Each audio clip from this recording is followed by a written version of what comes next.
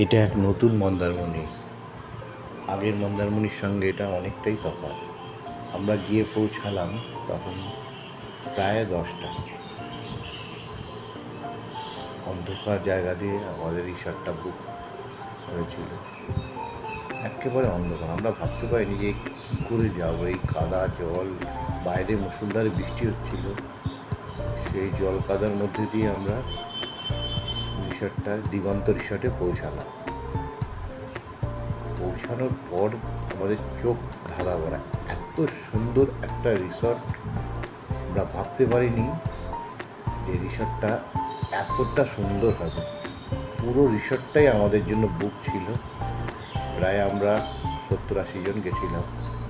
দেখুন রিসর্টটা এই অন্ধকারে কত সুন্দর লাগছে। দিনের বেলা তো আরও ভালো লাগছিল, কিন্তু রাত্রিটাও খুব সুন্দর। এটা একটা রিসেপশনের জায়গা।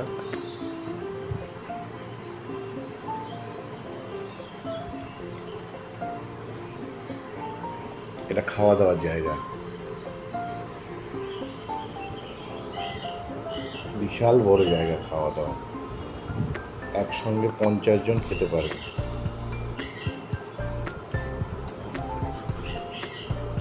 স্টাইল, যার যার খাবার শেষে নিয়ে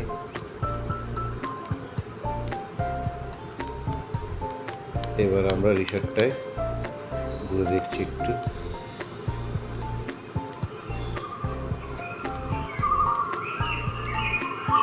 দেখুন কত সুন্দর। সবচেয়ে ভালো লেগেছে যে রিসর্টের মালিক, সে মানে তার গাছপালা এত ভালো লাগে যে আমি ক্যাকটাস দেখেছি, এত ভ্যারাইটিস ক্যাকটাস আমি দেখতে পাইনি। আর রিসর্টে সবচেয়ে ভালো লেগেছে কটেজগুলো সব আলাদা আলাদা। এই যে আমাদের এটা রুম ছিল আমাদের।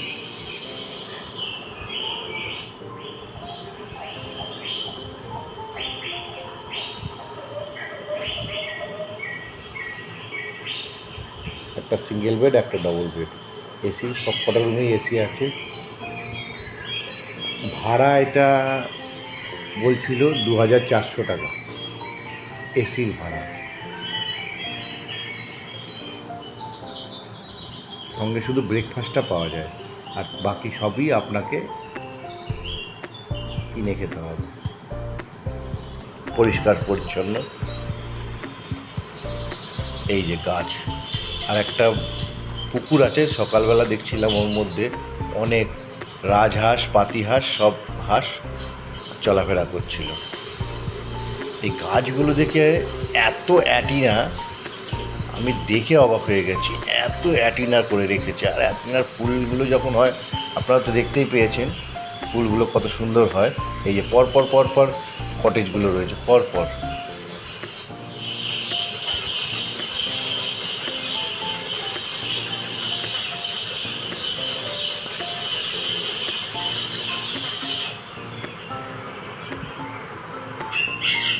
পাম গাছ দিয়ে।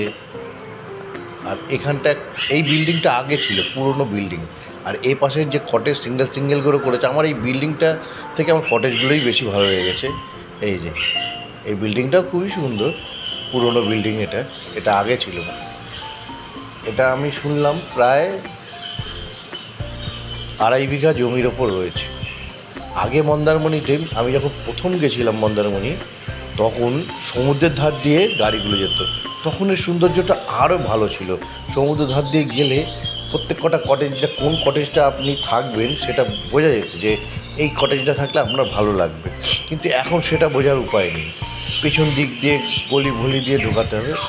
এই সকালবেলা উঠে গেছিলাম, উঠে দেখলাম এই দেখো মাছ, দেখুন কত মাছ। আমরা মাছও ধরেছিলাম, তবে এই মাছগুলো না। আমরা মাছ ধরেছিলাম তেলাপিয়া, লাইলনটিকা, ছোটো ছোটো উঠেছিল। ওদের ছিপ দিয়ে দিয়েছিল, আটা দিয়ে মাছ ধরলাম। আর এই মাছগুলো সকালবেলা আসে। 2 দিন ছিলাম আমরা, 2 দিন। এই যে রাজহাঁস, এদের আওয়াজগুলো শুনছিলাম, ক্যাক ক্যাক ক্যাক ক্যাক করে আওয়াজ করছিল। দারুণ লাগছিল। সকালের পরিবেশটাই আলাদা। এখান থেকে চলে গেল এখানে।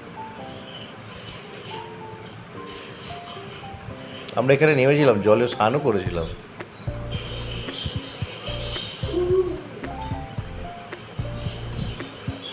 কটেজগুলো দেখুন কত সুন্দর লাগছে, মনে হবে আপনি একটা আলাদা পরিবেশে চলে এসেছেন। দুদিনের জন্য আমাদের পুরো এই রিসর্টটা বুক ছিল।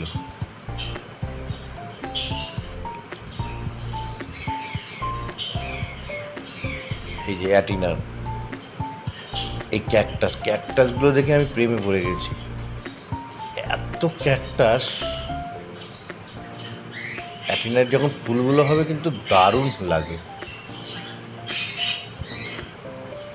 জিজ্ঞাসা করেছিলাম যে দাদা 2-4টে ভেঙে দিয়ে দিন, বলে না দাদা এগুলো দেওয়া যাবে না।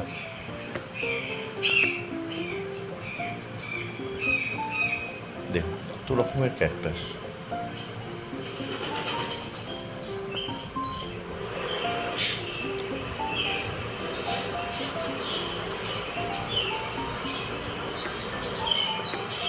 এখানে একটা জার্মান শেপার্ডও দেখলাম, ওদের নিজস্ব জার্মান শেপার্ড ছিল। এই যে হ্যাঁ, বলতে বলতে চলে এসছে। এই যে খুব শান্ত প্রকৃতি।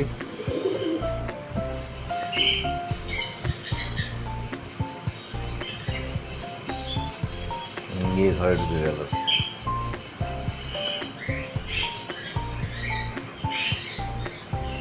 মনে হয় যে এরকম একটা ছোটো একটা বাড়ি যদি বানানো যেত আমাদের, খুব ভালো লাগবে কটেজগুলোর মতো।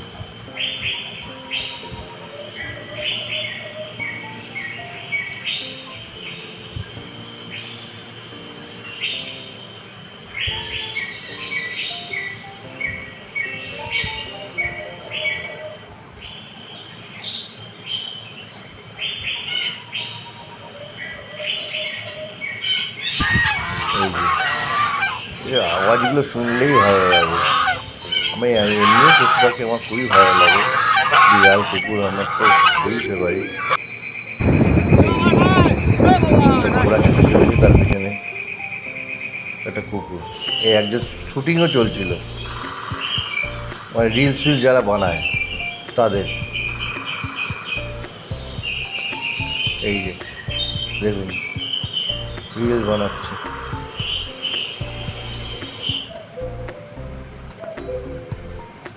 এই গরমের মধ্যে কি করে ব্ল্যাক করে আছে কি যায়,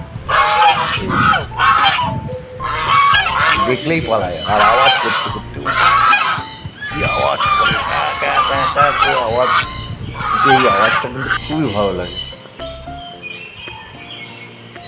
খাবার টাইম হয়ে গেল। দুপুরে খাসির মাংস ছিল। খাসির মাংস শুনলেই যেন কেমন লাগে।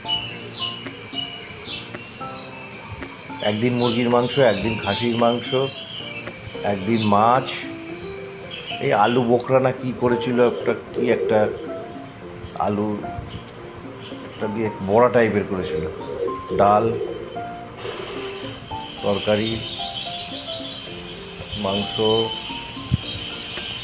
একটা তরকারি, লুচি, যে যেরকম খাবে। এই যে বসার জায়গা।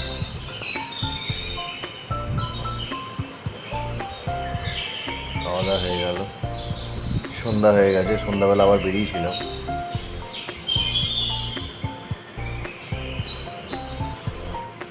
এই সোজা দেখছেন এটাই সমুদ্র।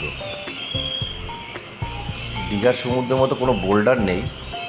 মন্দারমণিটা সমুদ্রটা অনেকটা পুরীর সমুদ্রের মতো।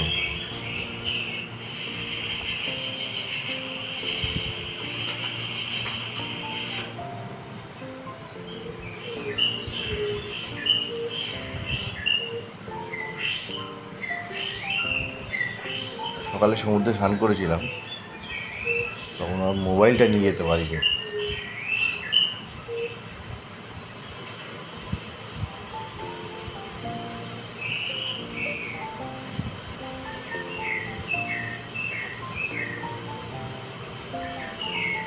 ঘুরে এসে কিছুদিন পরে আবার যখন এই ছবিগুলো দেখা মনে হয় আরেকবার ঘুরে আসে।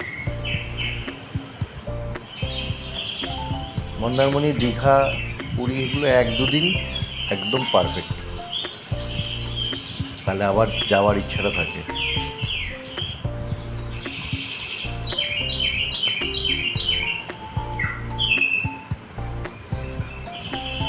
দূর থেকে রিসর্টটা কত সুন্দর,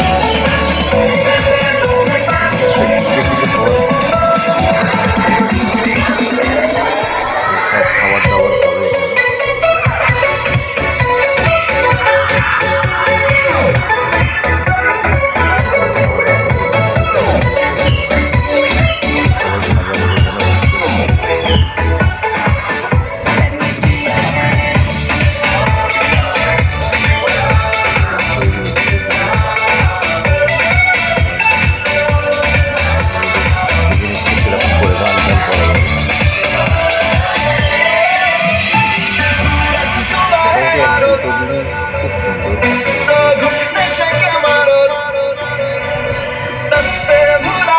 এটা ফেরার দিন একবার সমুদ্রের ধারে গেলাম।